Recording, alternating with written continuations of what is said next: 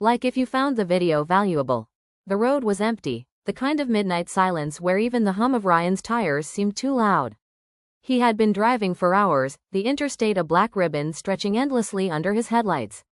The only company was the occasional green road sign flickering past and the dull static of the radio he hadn't bothered to change. It was on the third overpass that he noticed it. A figure. At first, Ryan thought it was just his tired eyes playing tricks on him.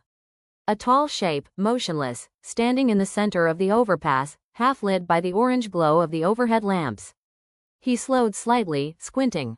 It looked like a man.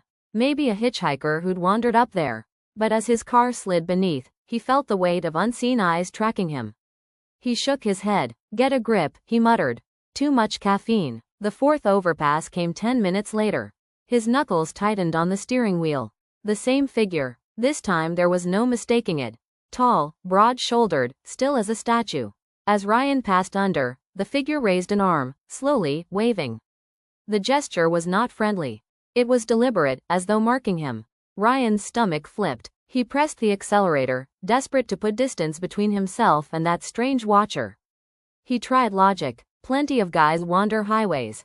Construction worker, drunk, somebody messing around. He said it out loud, hoping to believe it. But his voice sounded weak against the dark. By the fifth overpass, his throat went dry. The figure again, closer this time, leaning over the railing, head tilted as if studying him. Ryan's headlights caught the glint of something pale. A face? A mask? He couldn't be sure, but he swore the figure's mouth stretched in a grin. No way, Ryan whispered. He glanced at his dashboard clock, 1:42 a.m. Every overpass was spaced exactly 10 minutes apart, and every single one had him. By the sixth, Ryan's panic flared. He checked his mirrors, empty road. No cars in front, none behind, yet the figure was always ahead, waiting. His phone had no signal. He dialed 911 anyway, listening to the futile silence, his own breath rasping in the cabin.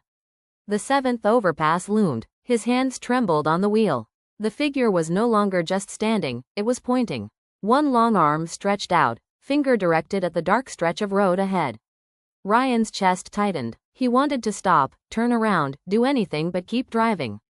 Yet something deeper than fear pushed him forward, like the road itself compelled him on. As the eighth overpass rose in the distance, Ryan's pulse pounded in his ears.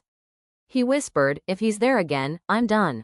I'm turning around. The figure was there. Of course it was. But this time, it wasn't alone. Two more stood beside it. 3 silhouettes in total, all watching.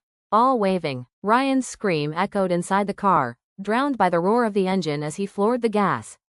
The road blurred beneath him, a tunnel of black asphalt. The overpasses kept coming, faster now, closer together than before. Each one was lined with more figures. 5, 10, dozens. Their pale faces turned downward, their hands raised in unison, waving like a silent crowd welcoming him. Ryan's breath hitched, eyes darting wildly.